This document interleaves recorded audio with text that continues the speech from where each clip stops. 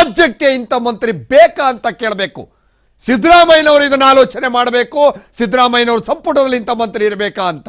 ಜೈಲು ಸೇರ್ಬೇಕಾದ್ರೂ ಶಿಕ್ಷಣ ಮಂತ್ರಿ ಹೇಗಾಗ್ತಾರೆ?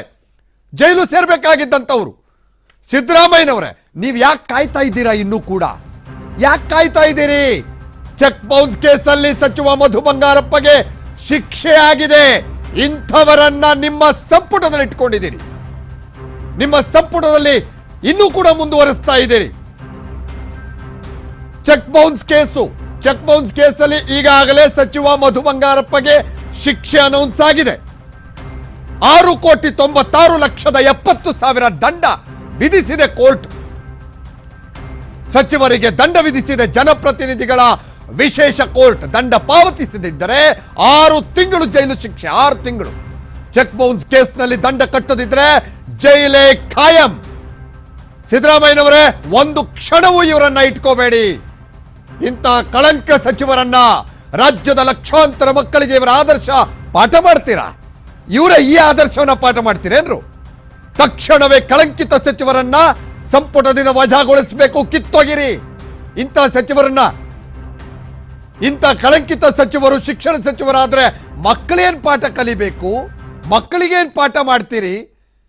ಇವರ ಇದನ್ನೇ ಪಾಠ ಮಾಡ್ತೀರಾ? ಕರ್ನಾಟಕ ರಾಜ್ಯಕ್ಕೆ ಇಂಥ ಮಂತ್ರಿ ಬೇಕಾ? ಜೈಲು ಸೇರ್ಬೇಕಾದಂತಹವರು ಶಿಕ್ಷಣ ಮಂತ್ರಿಗಳು ಹೇಗಾಗ್ತಾರೆ? ಶಿಕ್ಷಣ ಮಂತ್ರಿ ಹೇಗಾಗ್ತಾರೆ? ಇದು ಇವತ್ತಿನ ನಿನ್ನೆದಲ್ಲ, ಇವತ್ತು ನಿನ್ನೆಯ ಕಥೆ ಅಲ್ಲ. ಇದು ಏನ್ ಸಿದ್ದರಾಮಯ್ಯನವರಿಗೆ ಗೊತ್ತಿಲ್ಲ ಅಂತೇನೂ ಇಲ್ಲ.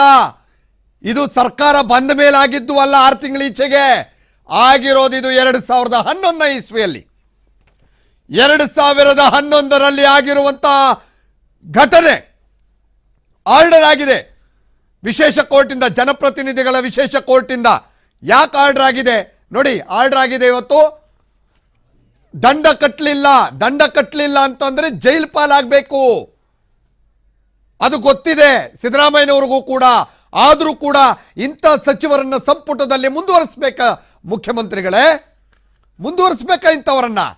ಹೇಗೆ ನೀವು ಇಟ್ಕೊಳ್ತೀರಿ? ಇಂಥ ಕಳಂಕ ಸಚಿವರನ್ನ ನಿಮ್ಮ ಸಂಪುಟದಲ್ಲಿ ಹೇಗೆ ಇಟ್ಕೊಳ್ತೀರಿ? ಈಗಲೇ ವಜಾ ಮಾಡಬೇಕು.